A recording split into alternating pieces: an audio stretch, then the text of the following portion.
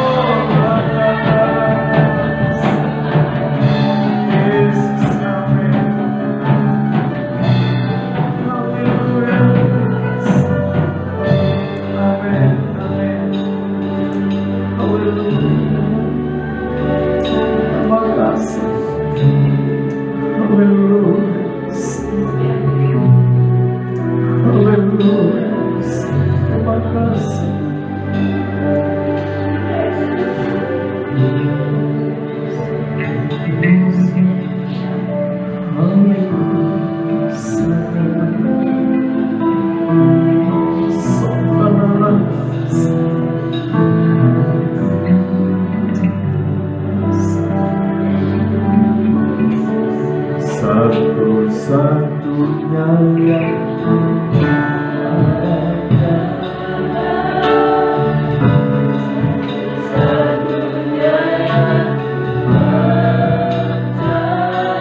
katakan kau sumber kekuatan, kau sumber pengharapan, ya sumber kedamaian.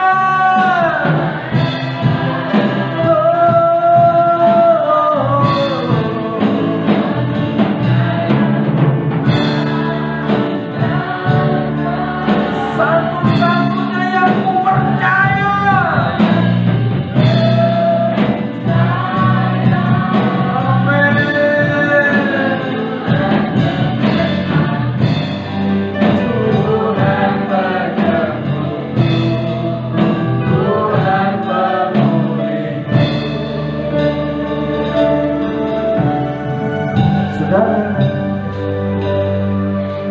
Ketika Tuhan menjadi satu-satunya yang saudara percaya, ketika Tuhan menjadi satu-satunya sumber kekuatan, ketika Dia menjadi satu-satunya sumber pengharapan dan sumber kedamaian itu, maka sudah cukup.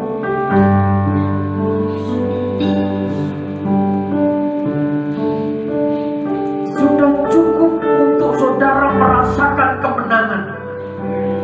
Sudah cukup untuk saudara merasakan kemenangan dari Tuhan.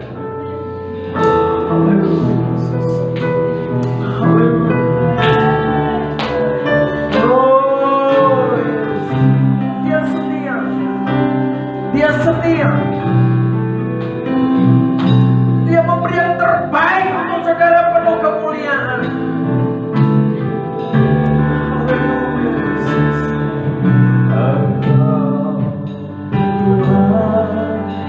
yang setia. Katakan dengan sepenuh hatimu, selalu yang terbaik. Tuhan sandaranku,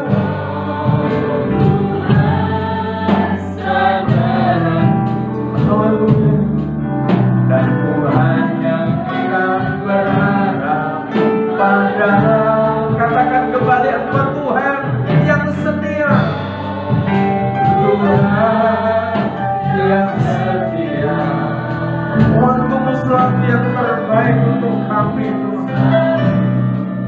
Yang terbaik, apa Tuhan sandaranku, Kau Tuhan sandaranku. Dan ku hanya akan berharap padamu, satu-satunya yang ku andalkan, yang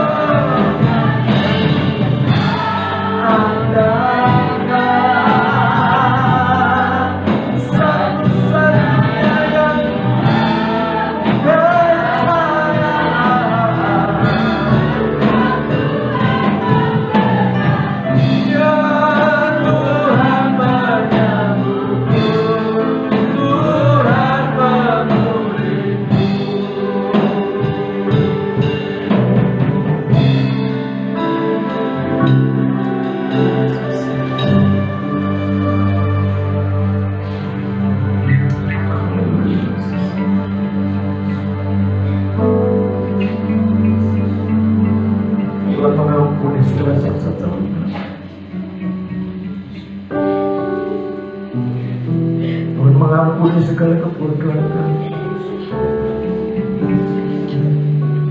Banyak perkara yang Tuhan kerjakan dalam hidup kami.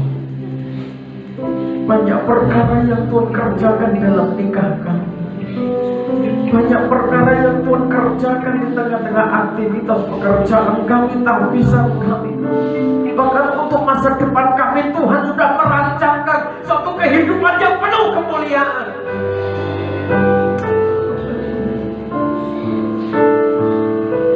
Sesuatu yang tidak pernah kami rancang, sesuatu yang tidak pernah kami rencanakan, sesuatu yang tidak pernah kami kehendaki, Tuhan mau semuanya itu terjadi. Semuanya yang terbaik bagi orang-orang pilihan Tuhan. Haleluya. Haleluya.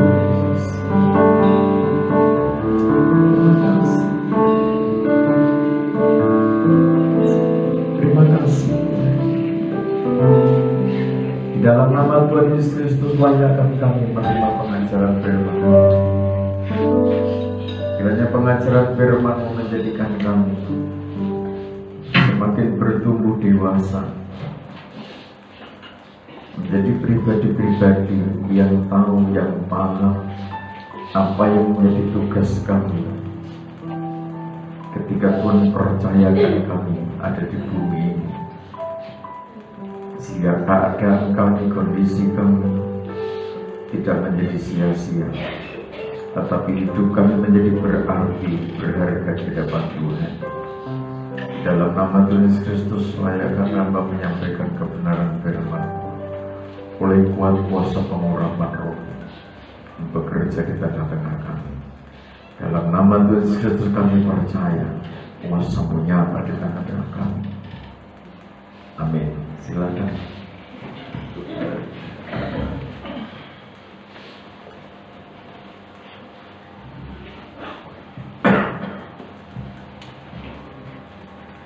Tuhan, salam damai sejahtera di dalam kasih Tuhan kita Yesus Kristus, kiranya damai sejahteranya melimpah atas kita, puji Tuhan. Saudara, menghadapi, meresponi era globalisasi yang sudah semakin jelas seperti apa dunia pada umumnya yang direncanakan, yang dibangun mungkin secara teliti, dibangun secara bijak menurut ukuran manusia, baik sektor ekonomi, sektor sosial, budaya, masyarakatan. Kayaknya manusia masing-masing berlomba membangun satu tatanan kehidupan yang lebih baik, tatanan kehidupan baru yang dari hari ke hari harus mengalami titik kesempurnaan menurut ukuran manusia. Tetapi kita tahu seiring dengan sibuknya manusia membangun suatu tatanan kehidupan baru sesuai dengan ukuran manusia. Kenapa saya katakan sesuai dengan ukuran manusia? Sebagaimana firman Tuhan katakan, banyak para pemimpin bangsa pada akhir zaman, banyak orang-orang pada zaman akhir sampai kepada akhir zaman kelak, sepertinya mau membuat satu tatanan kehidupan yang lebih baik, tetapi justru merusak hukum yang utama.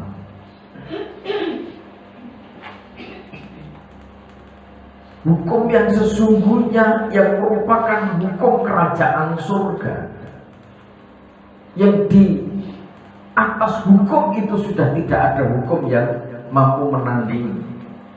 Kalau itu dirusak, kalau itu tidak ditaati, kalau itu tidak dilaksanakan, manusia cenderung membuat hukum sendiri dengan rancangan, dengan tujuan menata satu kehidupan yang baru. Satu kehidupan yang baru kalau hanya sebatas materi yang kelihatan, itu sifatnya semu, tidak kekal. Oleh sebab itu pentingnya kita memahami persoalan hukum yang utama yang Tuhan percayakan dalam hidup kita sebagai orang-orang yang mendapat kasih karunia. Kita yang mendapat kesempatan dari Tuhan menjadi pelaksana hukum kerajaan surga, maka Tuhan berkehendak, Tuhan memilih kita ini supaya kita menjadi pelaksana hukum kerajaan surga itu. Kita baca dulu Injil Yohanes pasal 15.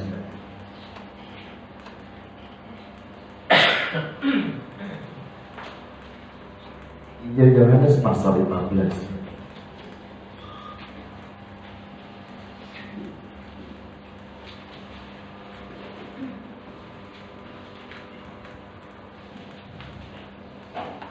Injil Yohanes pasal 15 dibaca mulai ayat 9. Perintah supaya saling mengasihi, seperti Bapa telah mengasihi aku, demikianlah juga aku telah mengasihi kamu. Tinggallah di dalam kasihku itu. Kalau kamu menuruti perintahku, kamu akan tinggal di dalam kasihku, seperti aku menuruti perintah Bapakku dan tinggal di dalam kasihnya. Sampai situ dulu. Perlu kita pahami di sini, seperti Bapa telah mengasihi aku, demikianlah juga aku telah mengasihi kamu. Apa itu kasih Bapa? Dari sini kita akan belajar memahami persoalan kasih yang dimiliki Bapa.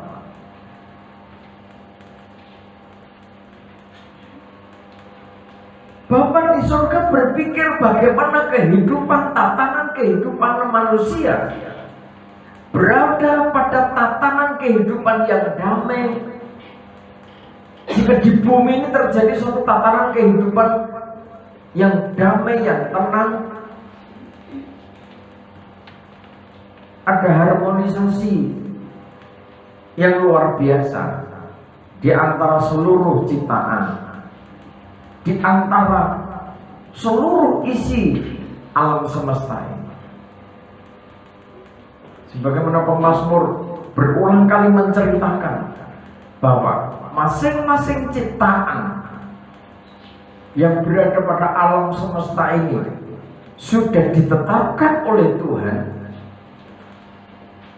untuk bekerja sesuai dengan waktu yang juga sudah diatur oleh Tuhan. Kalau masing-masing ciptaan itu bekerja melaksanakan tugas sesuai ketetapan Tuhan, waktunya juga sesuai ketetapan Tuhan dalam melaksanakan tugas itu, maka harmonisasi makhluk hidup di bumi ini dalam kondisi yang damai, yang tenang, dan itu pasti terjadi. Keselarasan hidup itu terjadi secara luar biasa. Kenapa tidak menjadi selaras antara yang satu dengan yang lain, antara ciptaan yang satu dengan yang lain? Ada satu makhluk yang seringkali tidak toleran dengan ciptaan Tuhan yang lain. Apa itu namanya? Manusia. Karena ambisi manusia, maka manusia ambisi pengen kaya, ambisi mencari nafkah, sehingga tidak toleransi dengan lingkungan. Contohnya, pohon-pohon dibabat, ditebang secara tidak tertib, dibabat secara masif. Hutan-hutan yang dulu cukup menyimpan air, sekarang banyak hutan-hutan yang gundul. Manusia tidak punya toleransi terhadap lingkungan. Mereka hanya berpikir sesaat, yang penting kebutuhan hidupnya tercukupi, tanpa berpikir dampaknya nanti bagaimana. Jika saudara tahu, ketika hutan, ketika gunung-gunung, perbukitan-perbukitan yang dulu tanaman banyak dibabati habis, jadi gundul. Dulu tanaman pohon, akarnya bisa menahan gerusan air sehingga tidak terjadi banjir.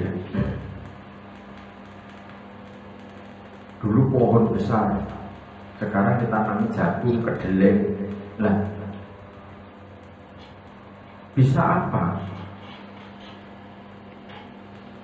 Akar tanaman jagung, akar tanaman kedelai bisa berfungsi apa untuk menahan Air juga tidak mampu.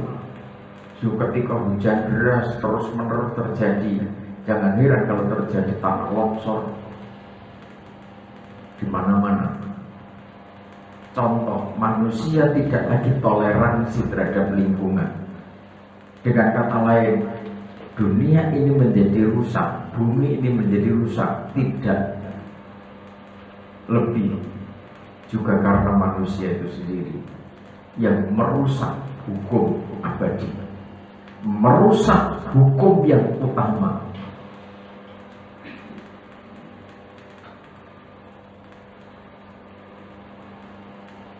Banjir bandang terjadi, dulu jarang terjadi banjir bandang. Air masih tertahan di perbukitan-perbukitan, di tempat-tempat yang lebih tinggi, pohon-pohon banyak. Air terserap dengan baik, tertahan di sana. Sekarang banyak sumur-sumur mengalami kekeringan. Dulu tidak ada sumur sampai asap kering, itu tidak ada. Sekarang musim hujan dan sumur tidak ada airnya kadang-kadang. Bukti itu satu contoh kecil, tetapi berdampak cukup besar menjadi bencana. Belum bagaimana manusia dengan manusia, itu baru hubungan manusia dengan lingkungan alam. Belum nanti hubungan manusia dengan manusia. Kalau hukum abadi, hukum yang utama itu dilanggar, maka dunia ini semakin rusak karena manusia melanggar hukum abadi. Oleh sebab itu, demi terciptanya suasana damai, bahkan manusia itu diselamatkan, maka Bapa mengasihi anak. Sebagai bukti bahwa Bapa ini mengasihi anak, maka Bapa itu sendiri tidak egois. Sehingga apa yang menjadi rancangannya demi terciptanya suasana damai di bumi, maka Bapa ini merelakan anaknya menjadi korban penebus dosa.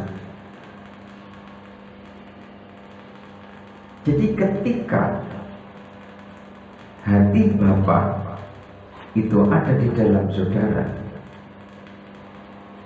maka saudara sedang mendidik anak-anakmu bagaimana anak-anakmu punya loyalitas di dalam melayani Tuhan dengan segenap hati, segenap jiwa, segenap akal budi dan kekuatan. Itu hukum yang utama, yang pertama. Yang kedua, kasihilah sesamamu manusia seperti dirimu sendiri. Kalau hukum yang utama ini dilanggar, maka saudara juga ikut terlibat dalam pengrusakan alam semesta.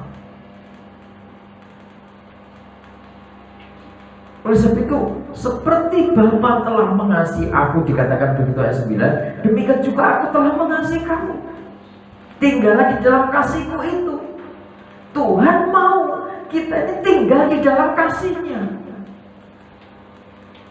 Kasih-Nya di dalam kita, kita di dalam kasih-Nya. Kalau saudara, kalau kita ini ada di dalam kuasa kasih-Nya, demi terciptanya satu kehidupan yang damai, maka saudara akan berupaya dengan segenap hati, berupaya berjuang dengan segenap jiwa, berjuang dengan segenap akal budi, berjuang dengan segenap kekuatan.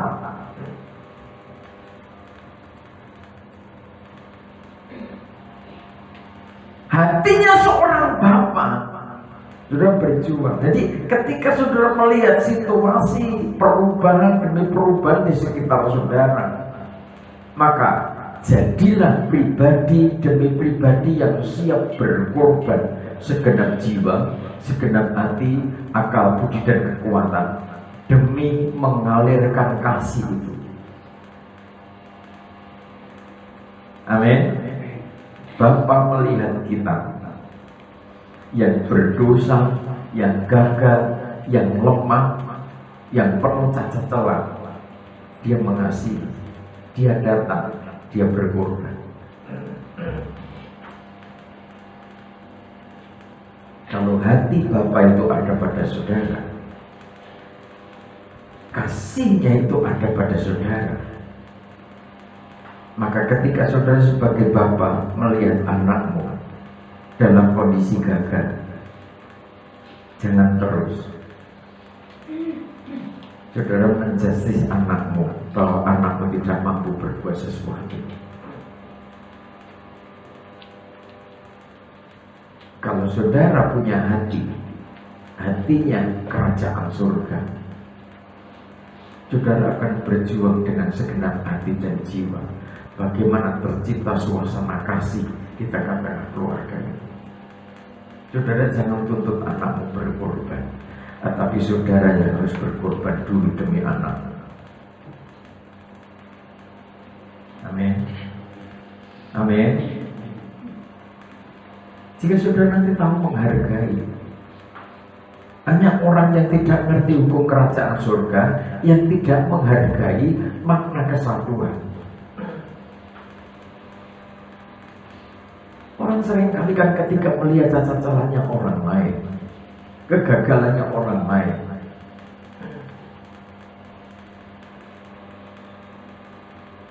saudara sulit untuk menerima.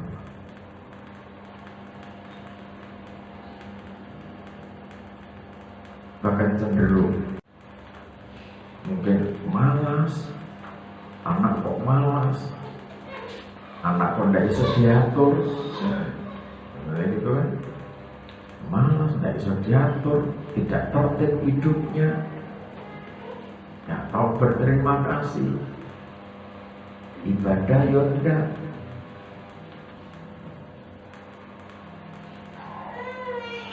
Coba saudara renungkan,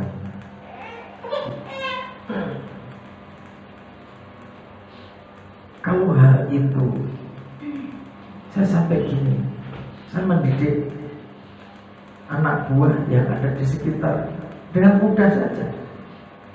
Andai kata yang terjadi seperti kamu itu anakku, anak kandungku, apa katamu?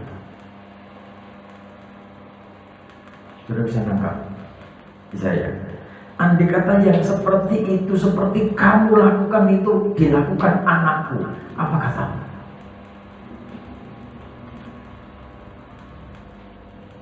Saya berusaha membimbing, saya berusaha mendandani, saya berusaha sabar.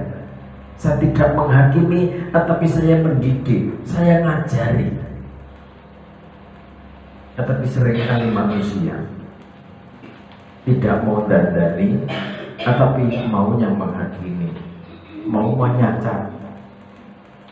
Dan satu kesalahan ada pada orang lain langsung ditunjuk. Sementara 10 kesalahan yang kamu simpan, kamu diam saja. Mudah saja saya balikkan. Nanti kata kamu itu anak kandungku, apa kata orang lain?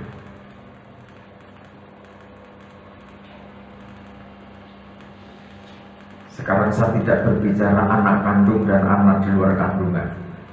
Terus anak di luar kandungan itu anak apa? Anak apa? Saya gembalamu, maka kalau Tuhan tetapkan anak-anak ada yang di sekitar kami, saya tidak punya anggapan bahwa mereka itu orang lain. Di dalam Kristus kita ini keluarga besar. Amin. Baik yang di pastori maupun yang di luar pastori, di dalam Kristus kita ini keluarga besar, bukan orang lain lagi. Kesatuan di dalam Kristus itu seperti itu mestinya. Ketika hati Bapa, yaitu hati yang mengasihi, itu melekat pada saudara, saudara akan memahami. Jika saudara tidak gampang salah paham, saudara tidak gampang kesandung. Dari sini, ketika saudara melihat situasi, melihat lingkungan, saudara akan menarik sebuah langkah yang pasti bahwa di dalam Kristus kasih itu harus membangun. Amin. Apa yang terjadi atas anak saudara, saya punya hati bergumul berdoa. Saudara yang dekat dengan anakmu, saudara punya hati berdoa tetapi menasihati karena langsung tiap hari saudara ketemu dengan mereka.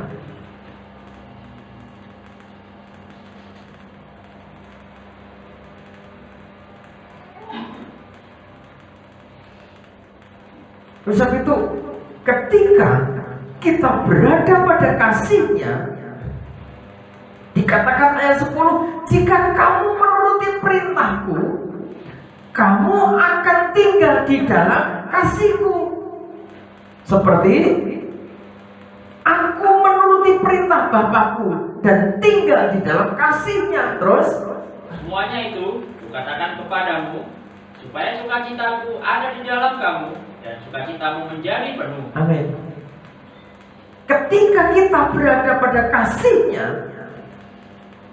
maka sukacita dari Tuhan itu juga mengalir di dalam hidup kita. Dan sukacita karena kasih menjadi pelaksana taat kepada perintah Bapa. Itu sukacita itu penuh setiap saat. Saudara melaksanakan kehendak Bapa, melaksanakan perintah-perintahnya, melaksanakan kehendaknya dengan sebuah perjuangan, dengan sepenuh hati, segenap jiwa, akal, budi, dan kekuatan. Jadi mengasihi Tuhan, mengasihi Bapa dengan segenap hati, segenap jiwa, akal, budi, dan kekuatan. Di mana ketika saudara membangun suasana kasih itu dengan sukacita. Kalau hatimu penuh sukacita, maka betapa dasarnya kuasa Tuhan itu terus mengalir dalam hidup saudara. Amin.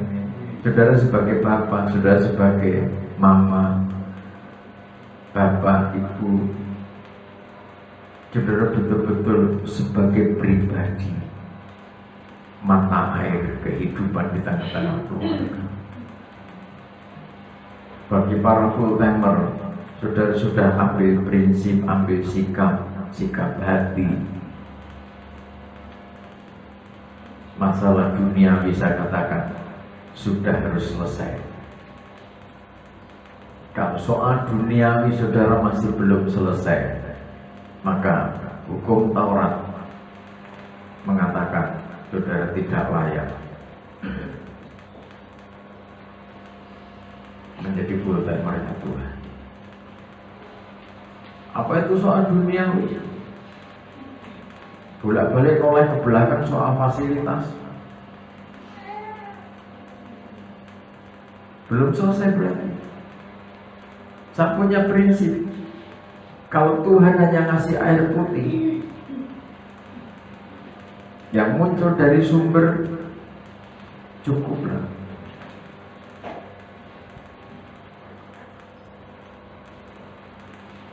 Bisa pikir secara khusus pada tahbisan full timernya Tuhan, saudara harus betul-betul tuntas. Kalau saudara belum tuntas persoalan materi, saudara memang gak layak. Karena apa? Saudara betul-betul berdoa, bergumul, menelaah firman, tidak terganggu, tidak boleh terganggu dengan soal materi.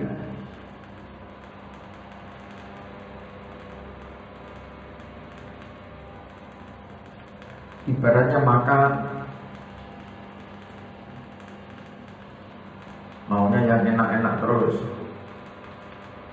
Enak dalam pengertian menurut orang pada umumnya,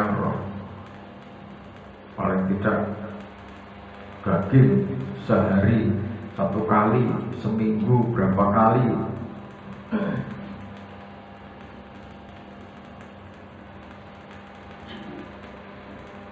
Bukan berarti full timernya Tuhan tidak diberkati Tuhan. Kalau toh diberkati Tuhan secara materi, itu pasti jelas. Tetapi andai kata saudara juga tidak bisa memanfaatkan dengan baik berkat-berkat Tuhan itu, untuk makan, minum, saudara juga tidak bisa membatasi diri, maka saudara juga salah juga, tidak layak juga di hadapan Tuhan. Sehingga tidak sedikit juga kan pelayan-pelayan Tuhan yang umurnya masih 40 tahun, umurnya masih 30 tahun, sudah kolesterolnya tinggi, tensinya terus naik, tidak mau turun-turun. Sudah gitu tambah masalah sedikit bisa mendadak stroke.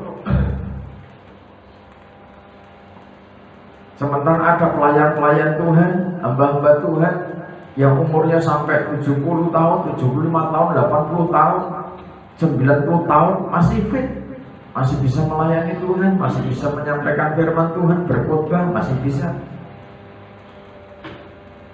Banyak para hamba Tuhan yang karena tidak bisa menguasai diri, fakta itu banyak.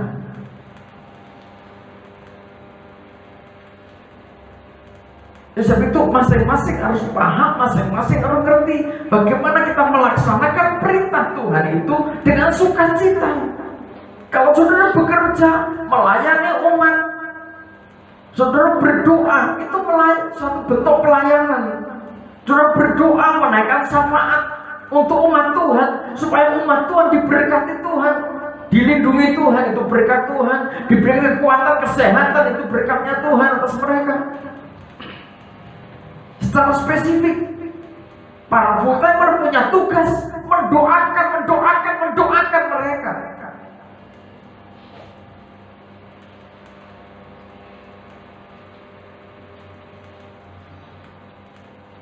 Kadang-kadang ketika diuji, akhirnya salah paham. Ada saudara belum mengorbankan nyawa.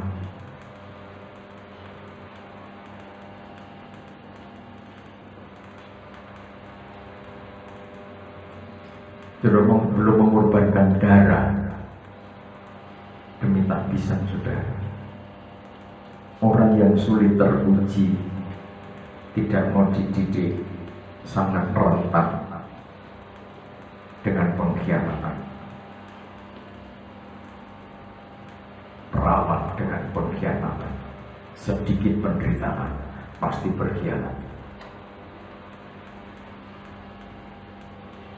Tetapi kalau saudara tinggal di dalam kasihnya, saudara pasti nuruti apapun yang terjadi. Saudara menjadi penurut kehendak Bapa. Ayat 12, inilah perintahku, yaitu supaya kamu saling mengasihi. Terus, seperti aku telah mengasihi kamu. Perintahnya Tuhan, supaya kita saling mengasihi. Bagaimana saling mengasihi itu? Berulang kali pengajaran ini saya sampaikan kepada saudara. Kasih itu sabar, kasih itu murah hati. Bagaimana membangun peradaban baru yang bisa memahami kekurangan yang lain, bisa menerima kekurangan yang lain, dan apa yang menjadi kelebihan saudara bisa menutup kekurangannya yang lain.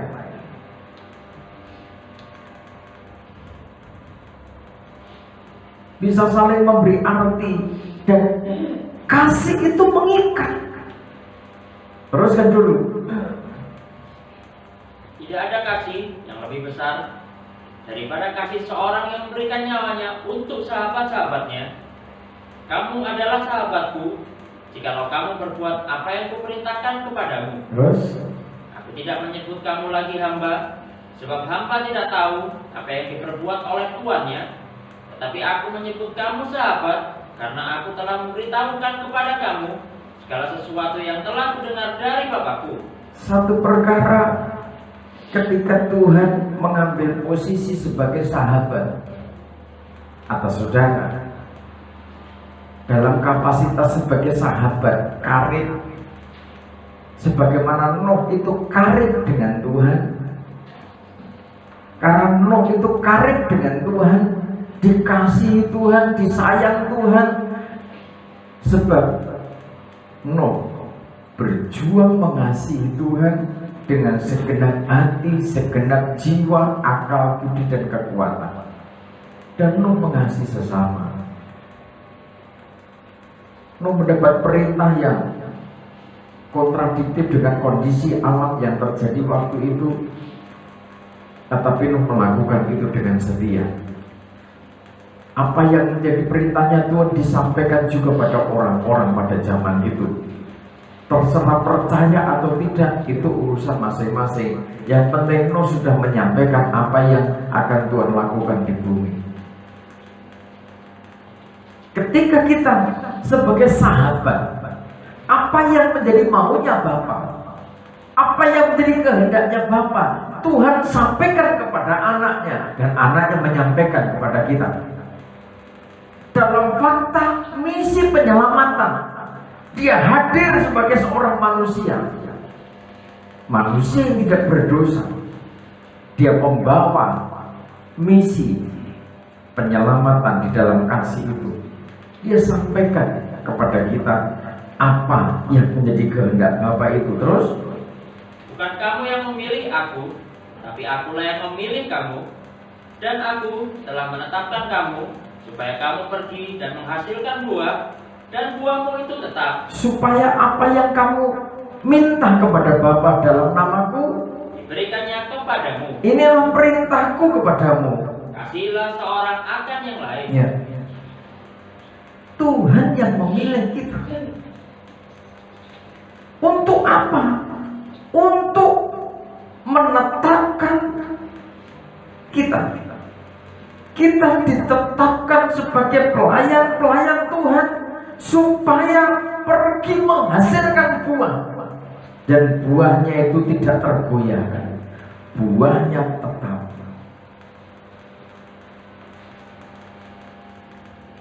Supaya yang kamu minta kepada Bapa dalam namaku diberikannya kepadamu.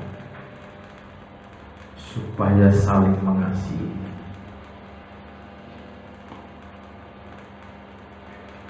Saling mengasihi. Tentunya ini suatu tugas yang harus dikerjakan setiap saat dalam hidup kita. Hidup di tengah-tengah zaman yang semakin tidak karuan. Bagaimana kita membangun keluarga? Sebab untuk membangun peradaban zaman yang lebih luas, menyangkut persoalan bangsa, supaya bangsa itu menjadi bangsa yang besar, bangsa yang damai, bangsa yang penuh kemuliaan Tuhan. Itu mulai dari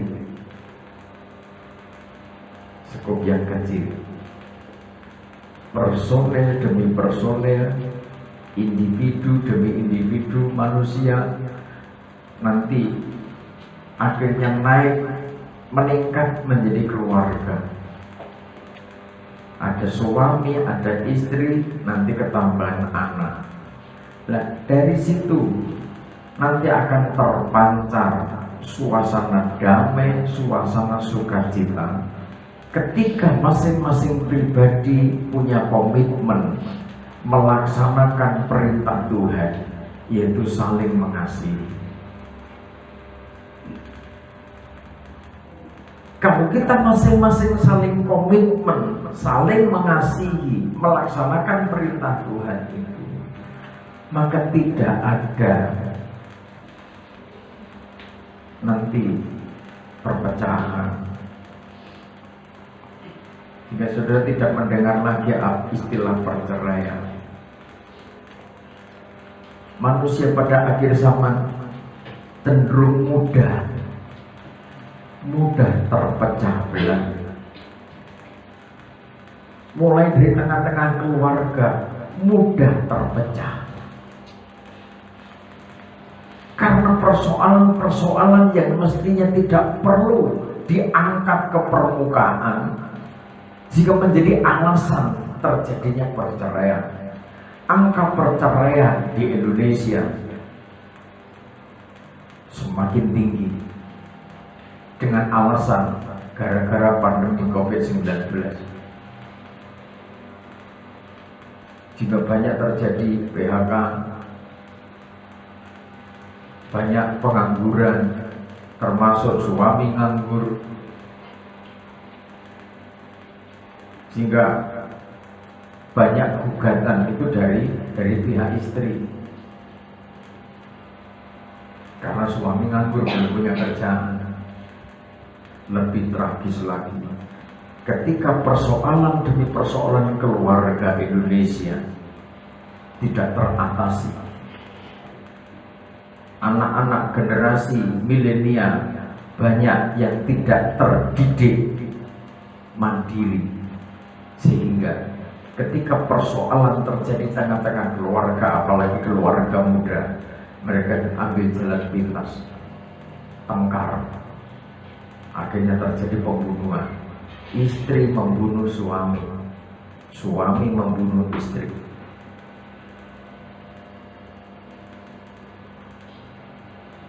Di berita, televisi,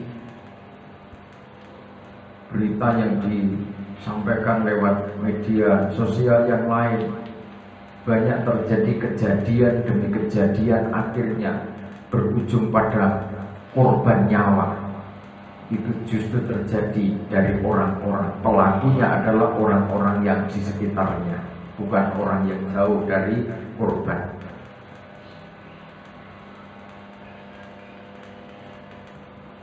Kita sebagai anak bangsa tentunya terbeban dengan persoalan negeri yang seperti itu.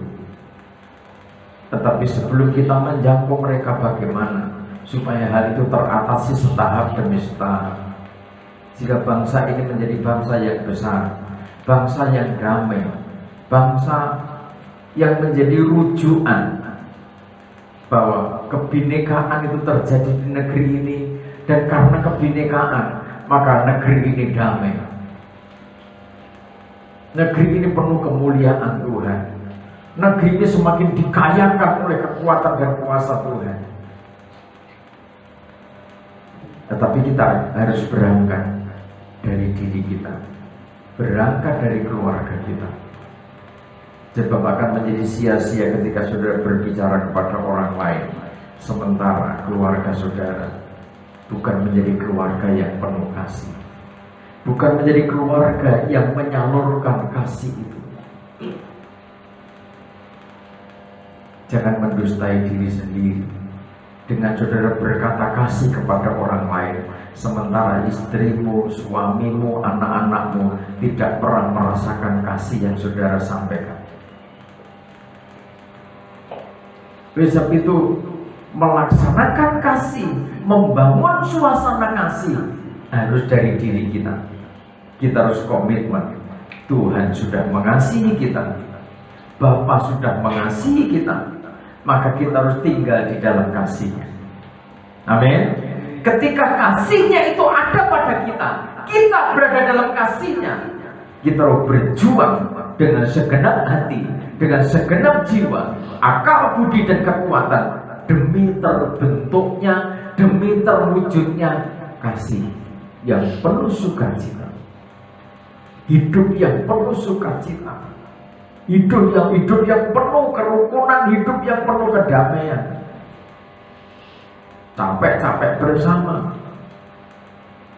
doa, ada saatnya saudara sekeluarga bisa berdoa bersama, ada papa, mama, anak-anak di situ kumpulkan. Yang bisa main musik, ada musik di situ, ada gitar mungkin, udah bisa sembahyang bersama. Coba ciptakan gitu. Amin. Tidak usah susah ketika waduh saya pengen gitar tapi belum bisa gitarnya gimana ya? Ngundang gitaris tidak apa-apa. Hari apa? Mereka sembahyang. Nanti diundang, tidak apa-apa full timer diundang, tapi betul-betul sembahyang. Nanti habis sembahyang ya sudah, amin, istirahat ke tempat masing-masing. Jangan berangkat sembahyang, habis sembahyang ngobrol ngalor ngidul, aduh rapamu habis.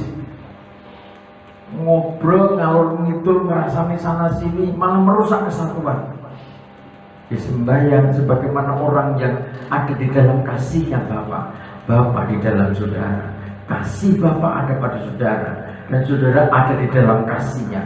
Otoritas kasih itu mengalir setiap saat. Ada rasa takut, maka mulutmu juga dijaga, bibir kita ini dijaga untuk tidak mengucapkan kalimat kata-kata yang mengindikasikan menimbulkan perpecahan. Tetapi dari mulut yang satu ini mengalir aliran air kehidupan yang membangun kerukunan, yang menyejukkan anak, menyejukkan suami, menyejukkan istri. Kalau itu tercipta di tengah-tengah keluarga, nanti tetanggamu akan merasakan, RT-mu akan merasakan, dusunmu akan merasakan, desamu akan merasakan dampak dari orang-orang yang mengasihi Tuhan. Daerahmu akan merasakan bahwa saudara orang-orang yang berdoa kepada Tuhan, keluargamu menjadi keluarga, menjadi public figure yang betul-betul dipakai oleh Tuhan menjadi berkat bagi banyak orang. Orang yang nyaris memutuskan perceraian, ketemu saudara sudah bersaksi, saudara memberikan nasihat, aliran nasihat yang penuh kasih itu bisa membebat, membalut, mendandani mereka, membenahi nikah mereka, membimbing mereka menjadi warga negara yang baik, menjadi umat Allah yang benar, takut kepada Tuhan. Betapa dahsyatnya kuasa Tuhan itu terjadi. Amin. Mari Kolose pasal 3. Kolose pasal 3.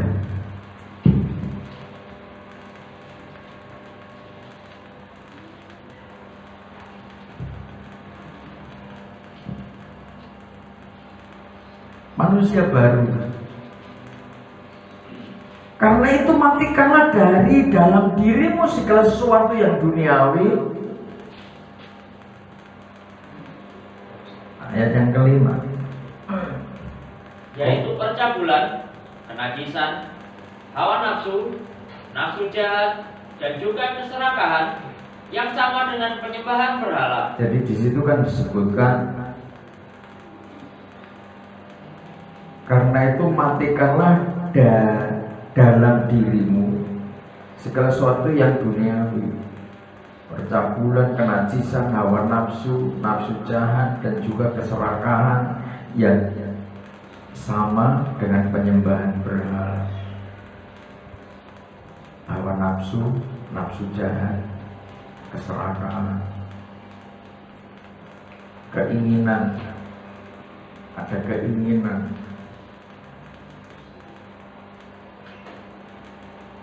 untuk memuaskan keinginan.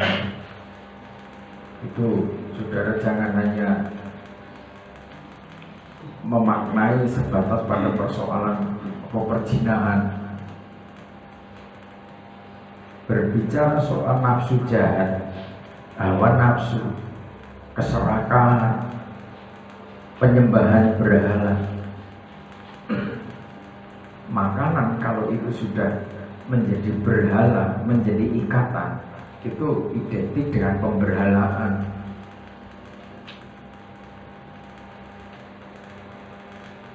Makanan itu kalau menyehatkan saudara, silakan dikonsumsi sebagaimana baiknya. Tetapi kalau karena makanan sehingga menimbulkan sakit penyakit, maka saudara juga harus bertahan. Makanya firman Tuhan juga menjelaskan, segala lemak-lemak itu tidak boleh dimakan. Iya kan?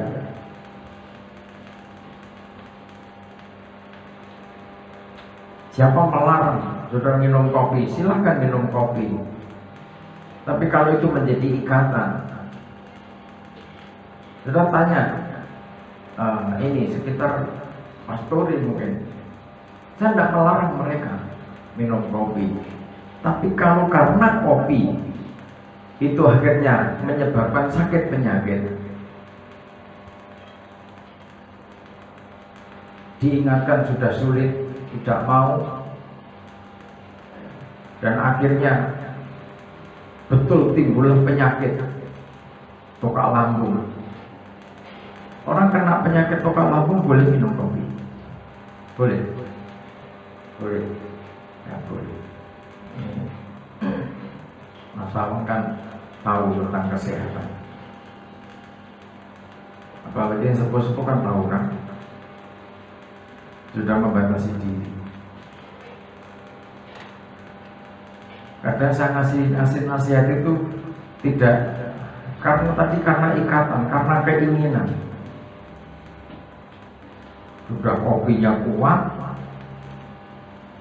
ditambah makannya tidak tertib, ya jelas tukar lambung.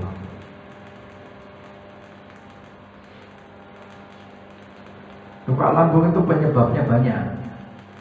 Tidak hanya faktor kopi, tidak hanya faktor, tapi juga faktor psikis juga bisa.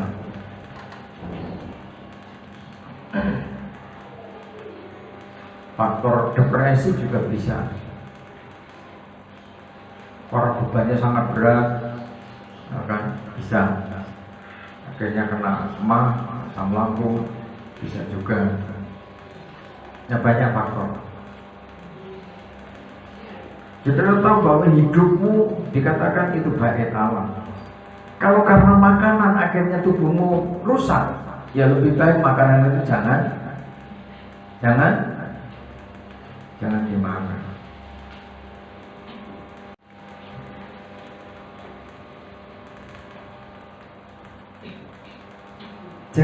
Jangan ada yang terikat dengan apalagi persoalan makanan. Jadi sebagai orang tua kasih pengertian pada anak-anak juga, supaya anak-anak tidak terikat pada persoalan makanan. Sehingga kalau tidak dituruti akhirnya ngamuk-ngamuk, marah-marah pada orang tua. Jangan. Amin. Amin. Apalagi sudah besar, sudah SMP, sudah SMA, tidak dituruti maunya, ngamuk-ngamuk, marah-marah, malu. Belum bisa cari uang sendiri kok ngamuk-ngamuk. Ya toh? Malu dong. Ya kan? Ya ada, kamu cari uang sendiri aja. Ini berkatnya, ini kita syukuri. Kita tekankan, kita belajar di tengah-tengah keluarga, kita ciptakan satu kondisi selalu bersyukur dengan apa yang Tuhan percayakan. Amin. Amin. Dan begitu nanti damai. Supaya ini bapak-bapak muda, ibu-ibu muda ini supaya tidak kaget. Zaman ini berubah begitu cepat. Kalau saudara tidak berjuang, berlomba, berkompetisi di tengah-tengah perlombaan dunia ini, saudara nanti ketinggalan. Ini pentingnya hikmat. Saudara akan diberikan hikmat, diberikan makrifat Tuhan ketika saudara itu dekat dengan Tuhan, berada pada kasih-Nya. Jangan menjadi berhala. Makanan jangan diberhalakan, menjadi yang utama. Kalau tidak ini tidak bisa. Aku makan kalau tidak pakai lombok tidak bisa. Harus ada lombok. Kenapa dewi? Tidak bisa begitu. Adanya itu dinikmati, disyukuri, semua datang dari Tuhan. Ketika sudah bisa mengucap syukur, itu sumbernya kasihnya Tuhan. Ketika keluarga dalam kondisi seperti itu, Waduh, betapa damainya. Amin. Papa sudah berjuang, kita dapat berkah sekian, sudah bisa mengucap syukur. Jangan sampai sebagai ibu, apalagi ibu-ibu muda, melihat dunia yang semakin menakjubkan, selalu menuntut. Jangan, sudah. Suamimu itu rasa dituntut yang ngerti tanggung jawab. Amin. Rasa ditekan-tekan, suamimu ngerti tanggung jawab. Kalau suami yang baik, yang ngerti firman kok. Tidak usah dituntut. Suami yang paham pengajaran, dia akan berjuang dengan segenap hati, segenap jiwa. Karena memperhatikan keluarga, memperhatikan nikah, membangun nikah dengan penuh kasih, itu juga merupakan kewajibannya seorang suami menciptakan kondisi seperti itu. Terus itu masing-masing harus paham. Jadi kalau sudah itu sebagai ibu muda, ibu-ibu muda yang ngerti pengajaran, lu banyak berdoa, banyak bersyukur kepada Tuhan. Supaya suamimu itu diberkati Tuhan dengan kesehatan, kekuatan, itu cukup. Amin. Sehat, kuat, nanti termotivasi, ya kan? Ketika anak-anak juga dalam kondisi yang damai, dalam kondisi yang tenang, suami itu semangat. Tapi ketika saudara tidak bisa menempatkan diri sebagai seorang istri, suami lagi pulang untuk baru lepas baju, baru lepas mau ganti baju, lepas sepatu, mulai duit kurang. Suami lagi datang, lagi masuk pintu sudah ditanya, oleh duit orang, lalu pusing. Nanti lama-kelamaan bolak-balik ditanya begitu, akhirnya apa? Suami takut pulang, ngerti? Kalau tidak punya uang, tidak punya duit, karena tidak dapat jualan, tidak dapat pres-presan balik modal itu, suami tidak berani pulang. Kenapa? Nanti baru nyampe di pintu langsung ditanya, itu dipirok. Jangan membiasakan diri begitu. Amin. Amin. Diberkati atau tidak diberkati pada hari itu disyukuri. Suami sudah berjuang semaksimal mungkin, pulang tidak bawa uang, tidak bawa berkat, tapi masih sehat, itu sudah berkat yang luar biasa. Suami sudah bilang, "Ma, hari ini kita diberkati Tuhan secara materi sekian." Ya disyukuri, Ma, semua dari Tuhan. Cuma lebih baik itu, jadilah istri yang tidak lagi terikat memberhalakan apa-apa. Nanti kosmetiknya habis, Pak, ini lipstiknya juga habis ini. Loh, kan sekarang pakai masker. Untuk apa sudah pakai lipstik? Pakai lipstik mahal-mahal dipakai masker. Terus gitu, Bro. Atau gua. Orang juga tidak ngerti lipstikmu itu mahal atau tidak. Tidak pakai, ya dipakai masker kok.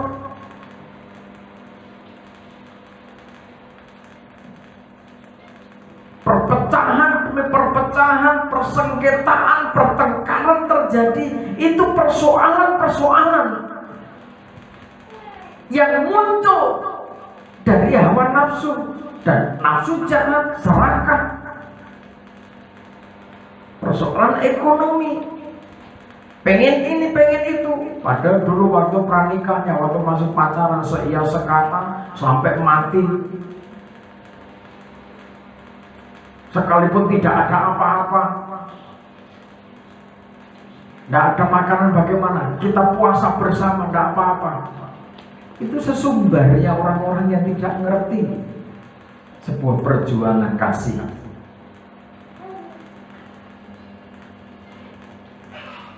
Terus itu masing-masing harus paham bahwa ketika semuanya itu mendatangkan murkanya Allah, atas orang-orang durhaka. 7. Dahulu kamu juga melakukan hal-hal itu ketika kamu hidup di dalamnya. Ketika manusia itu hidup di dalam keserakahan, hidup di dalam nafsu jahat, manusia cenderung tidak mau berada dalam jalurnya kasih, dalam jalurnya kebenaran.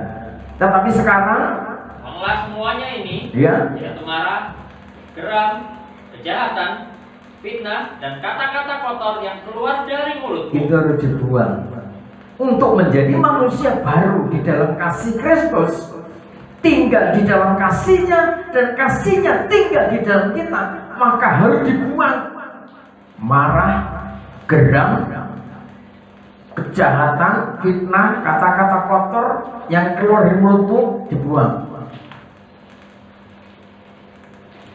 Jangan sampai anak-anakmu yang masih polos, ibarat lembaran kertas putih, belum ada tulisannya sama sekali.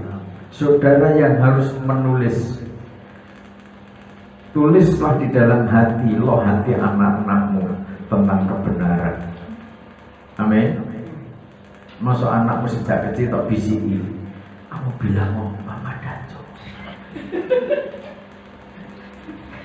Karena masa anak mau iya, punya rencana itu tidak masalah. Masa tuh saat nikah terus punya anak, sudah jengkel sama istrimu, udah punya anak, anakmu juga bisa paham, bisa ngerti loh. Kamu bilang mau jengkel karo mamamu, bilang mama dancuk. Kira-kira tolakkan nggak?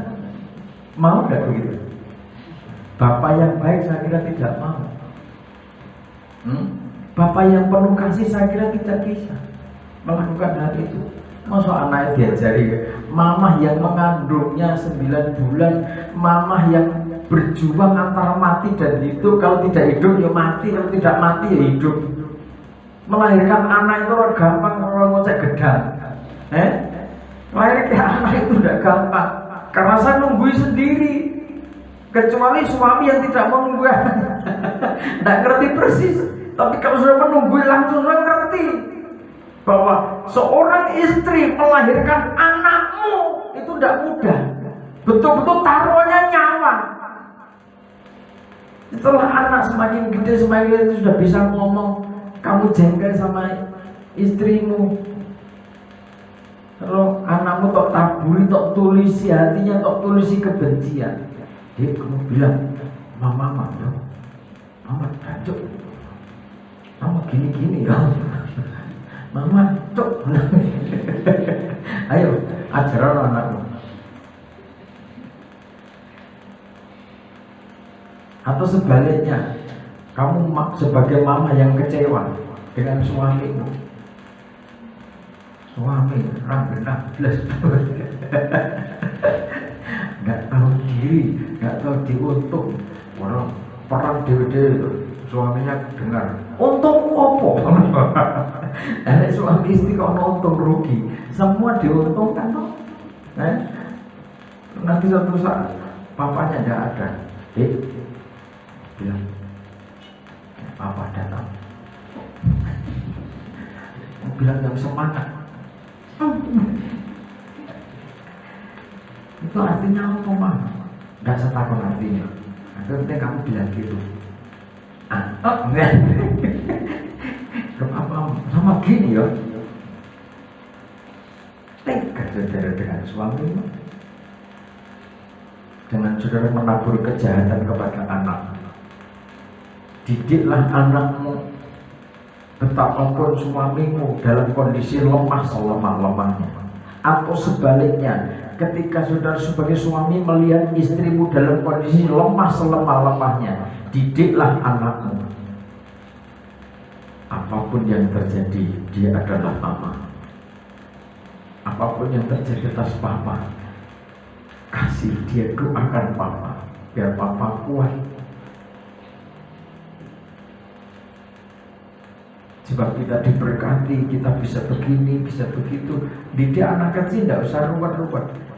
Didik bisa punya permen, itu papa yang belikan. Didik punya ini, Ini karena papa berjuang, berdoa, makanya kita berdoa. Jangan dididik anakmu, kamu berdoa, kamu taat loh sama orang tua. Kamu tidak pernah berdoa, mau balik. Nek anak harus sudah jam berdoa, tidak apa-apa. Digelarnya, sudah duduk di bawah di lantai, sudah bisa duduk di situ. Anakmu toh siapkan bantal di situ. Nanti melihat kebiasaanmu di dalam sembah, dalam doa yang tertanam di dalam anakmu. Papa mamaku adalah orang yang penuh kasih, yang berjuang, sampai masih berdoa. Ketika berdoa untuk anakmu masih bisa mendengar, itu tertanam sampai tua nanti.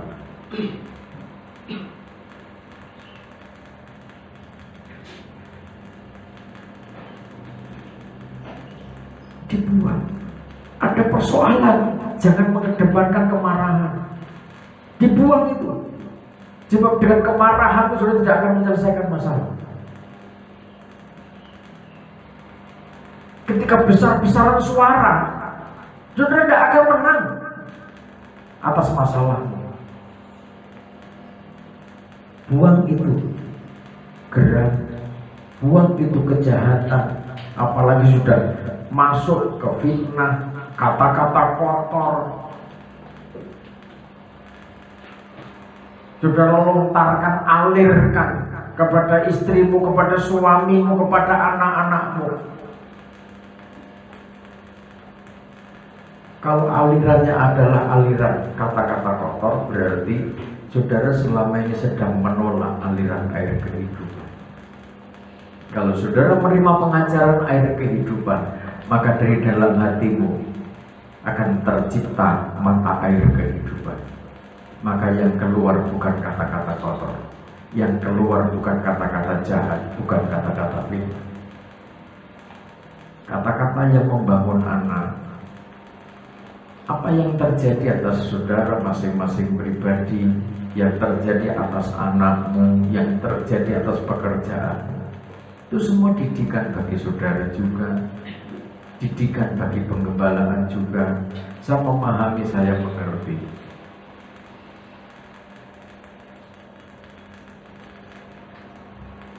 Untuk itu, jangan lagi kamu saling mendustai, karena kamu telah menanggalkan manusia lama serta kelakuannya. 10. Dan telah mengenakan manusia baru yang terus-menerus diperbaharui untuk memperoleh pengetahuan yang benar menurut gambar kalibnya. Ya, dibaharui dari hari ke hari, terus dibaharui menuju pada kesempurnaan ciptaan Imago Dei. Itu dibaharui terus-menerus. Jika ketika saudara mendapatkan teguran, jangan menjadi bosan. Ketika saudara dinasehati terus-menerus, ketika saudara sudah sempurna, tidak perlu dinasehati. Ketika saudara sudah dewasa, ngerti bagaimana membaca lingkungan, membaca situasi, tentang apa yang harus saudara kerjakan, kerjakan secara otomatis tanpa perintah.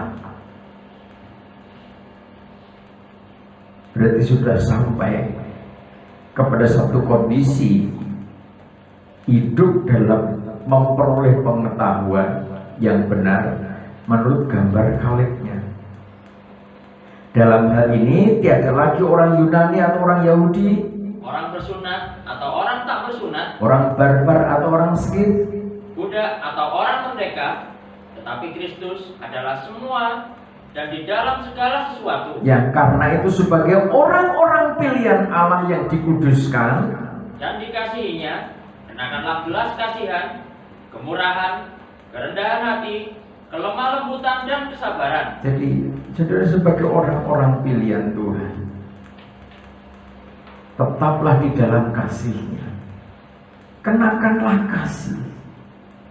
Saudara melihat orang gagal, saudara melihat orang lemah, saudara melihat orang berdosa, saudara melihat orang sakit, Saudara punya rasa belas kasihan.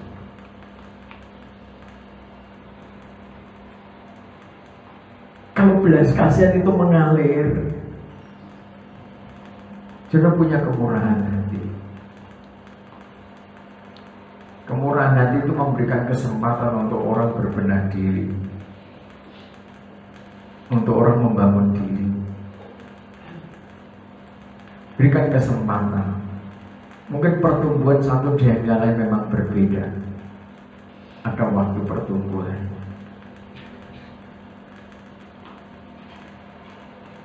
Tetapi ketika aliran belas kasihan itu terus nyata di dalam hidup kita, di situ ada kerendahan hati, ada kelemah lembutan.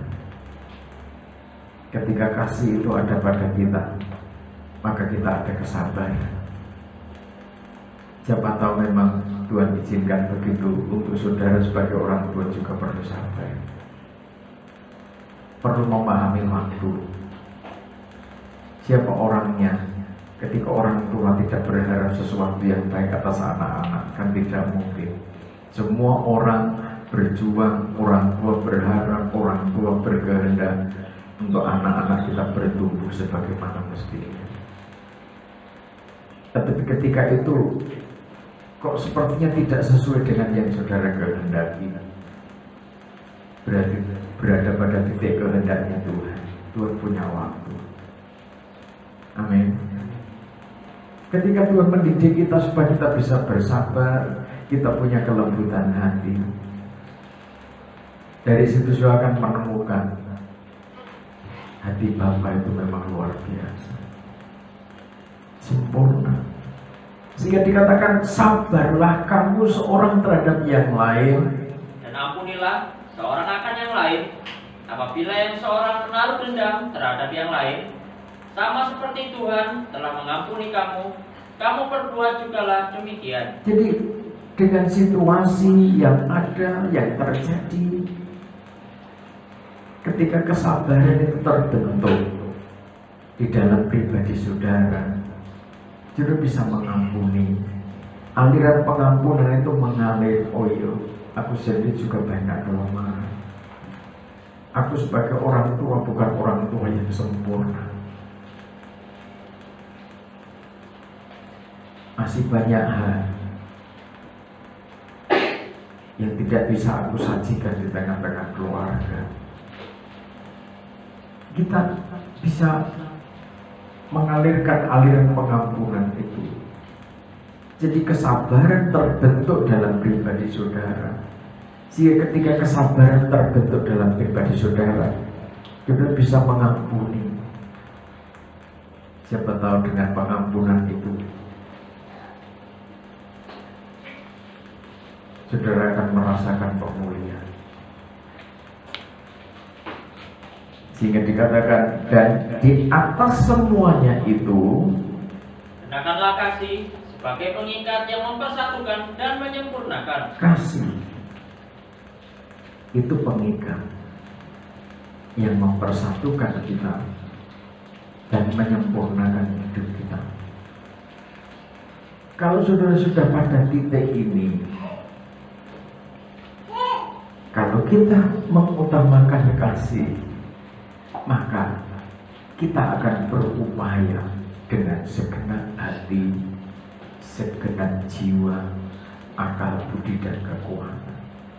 Ingat itu. Ketika itu menjadi patokan utama, maka apapun kejadiannya, saudara akan cairkan situasi itu. Bahwa di antara kita tidak ada yang sempurna ternyata. Kalau kita menyadari bahwa di antara kita belum ada yang sempurna, kita masih penuh catatan, maka tidak ada alasan untuk berdamai satu sama lain. Kasih itu yang mengikat saudara. Seringkali ayat ini menjadi tema pernikahan. Dengan tujuan apa? Masalah apa saja Pak, ada saatnya terjadi. Tetapi kalau tema kasih itu kita utamakan, saudara mampu mengatasi masalah. Menikah, masalah pernikahan, masalah keluarga itu tidak sesimpel orang bayangkan, orang katakan, tetapi akan menjadi praktis ketika kasih itu menjadi solusi terciptanya suasana damai. Terus hendaklah damai sejahtera Kristus memerintah dalam hatimu. Hatimu harus dikuasai suasana damai. Damainya Kristus, karena kasihnya Kristus ada pada saudara, dan saudara ada di dalam kasihnya Kristus itu yang menguasai hati. Kalau hatimu sudah damai, maka selanjutnya, karena untuk itulah kamu telah dipanggil menjadi satu tubuh. Dipanggil menjadi satu bagian dalam satu tubuh. Dan bersyukurlah. Bersyukur, hendaklah perkataan Kristus diam dengan segala kekayaannya di antara kamu, sehingga kamu dengan segala hikmat mengajar dan menegur seorang akan yang lain, dan sambil menyanyikan mazmur dan puji-pujian dan nyanyian rohani, kamu mengucap syukur kepada Allah di dalam hatimu. Dan segala sesuatu yang kamu lakukan dengan perkataan atau perbuatan, lakukanlah semuanya itu dalam nama Tuhan Yesus, sambil mengucap syukur oleh Dia kepada Allah Bapa kita. Jadi ketika suasana damai itu sudah menguasai hati kita, dan perkataan Kristus itu mengalir untuk membangun sebuah kesatuan, membangun keluarga, lakukan semuanya itu dengan penuh hikmatnya Kristus. Ketika keluarga saudara sudah terbangun menjadi keluarga yang penuh kasih, masing-masing pribadi berjuang dengan segenap hati, jangan bermalas-malasan. Dalam kehidupan sehari-hari saling membantu, berjuang, capek bersama.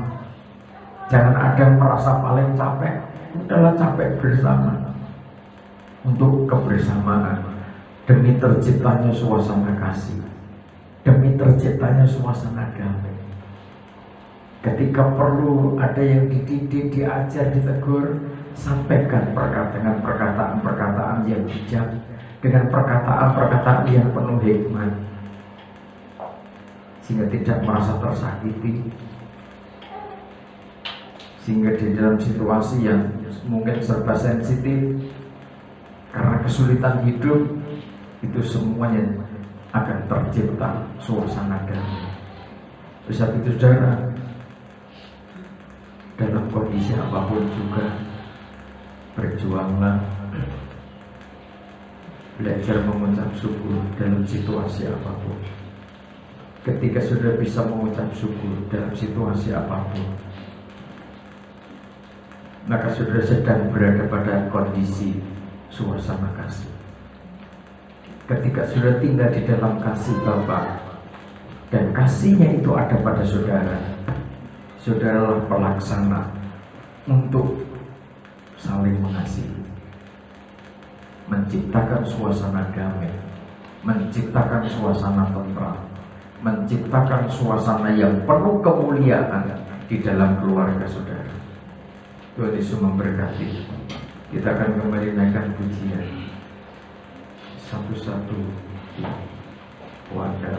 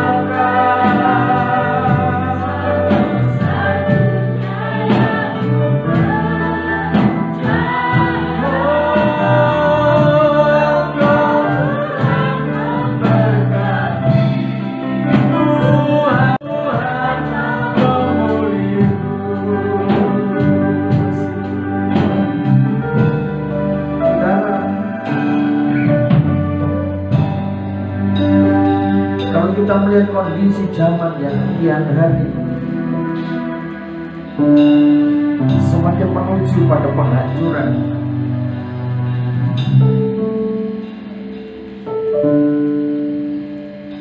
Manusia berusaha membangun kesatuan. Manusia berusaha membangun nikah. Tapi kita tahu kenyataannya, banyak kehancuran demi kehancuran. Banyak orang merindukan nikahnya terus sampai pada titik penghabisan, maut memisahkannya. Tapi banyak kehidupan nikah pada akhir zaman yang tidak kuat menghadapi tantangan yang terjadi.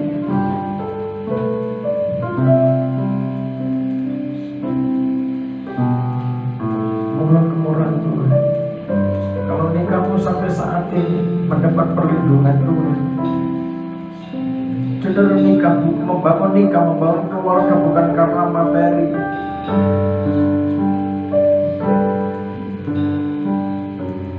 Kalau saudara membangun nikah karena melaksanakan perintah Tuhan, di mana lu mengalirkan aliran kasih itu, kasih sebagai pengikat atas hidupmu, rumah tanggamu, maka kekalah semuanya itu. Mohon kemurahan Tuhan. Haleluya. Dia setia, Dia memberi yang terbaik. Ketika kasihnya ada pada saudara, saudaralah pelaksana dari kasih itu. Ketika kasihnya ada dalam hidupmu, dalam keluargamu, di sanalah kekuatan Tuhan itu terjadi. Di sanalah kuasa Tuhan dinyatakan. Haleluya. Terima kasih. Haleluya. Terima kasih. Haleluya. Engkau Tuhan yang setia. Pelayan berjamaah suci persiapkan diri. Yesus, terima kasih.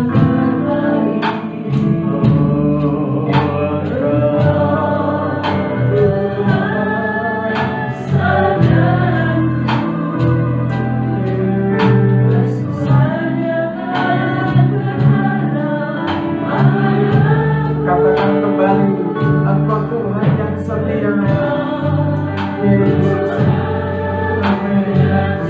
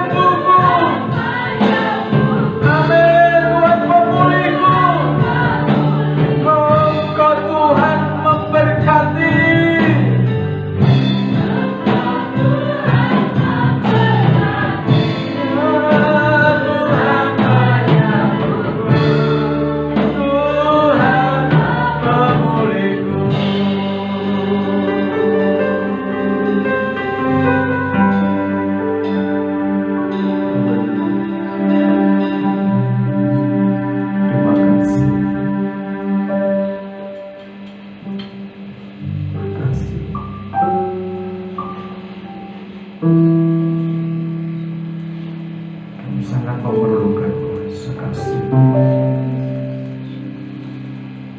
Tanpa kuasa kasih-Mu kami tidak mampu menciptakan apa yang jadi perintahnya Tuhan. Kiranya kuasa kasih-Mu terus menguasai hidup kami, menguasai hati kami, menguasai pikiran kami,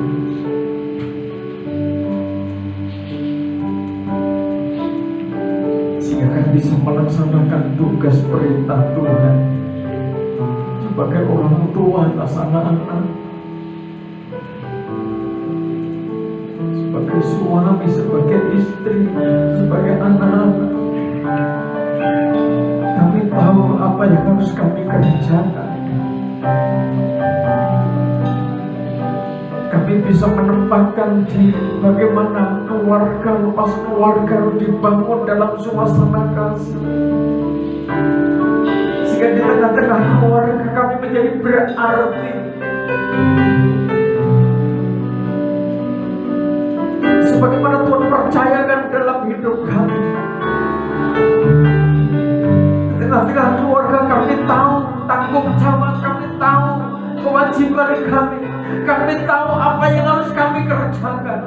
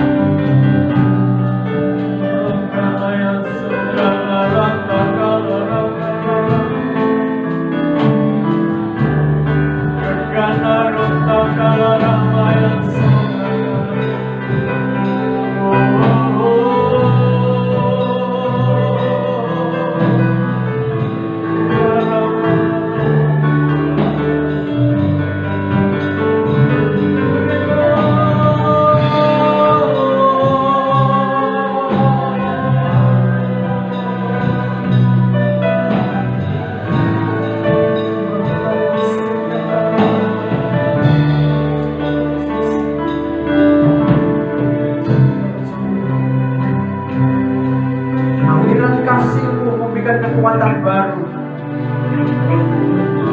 Aliran kasih-Mu memberikan pengharapan baru. Aliran kasih-Mu menciptakan suasana damai. Aliran kasih-Mu memberkati seluruh umat-Mu. Aliran kasih-Mu menyembuhkan yang sakit. Kuasa pemulihan terjadi atas umat-Mu.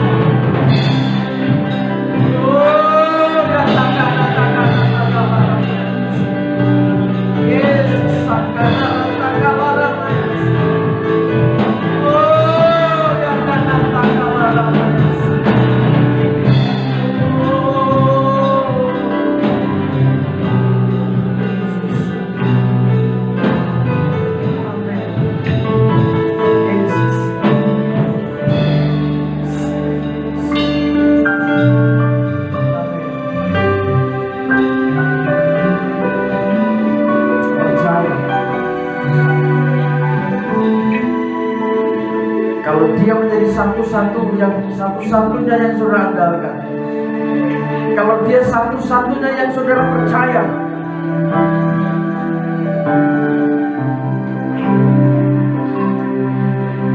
dia adalah satu-satu jawaban dari setiap persoalan. Yesus, amin.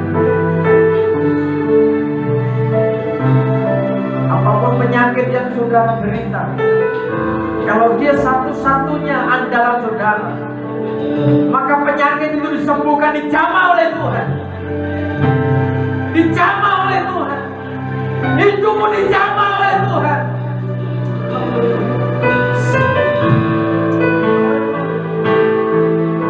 Haleluya.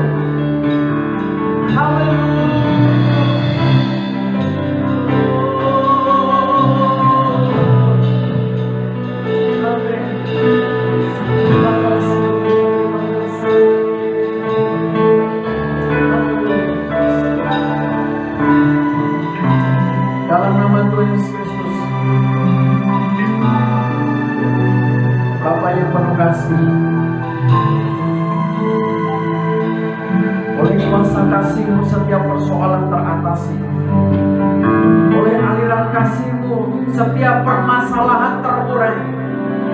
Oleh setiap persoalan, setiap permasalahan, tantangan apapun juga, oleh kuasa darah-Mu sebagai wujud kesempurnaan kasih-Mu, kami percaya dalam nama Tuhan Yesus Kristus, kuasa Allah terjadi atas umat.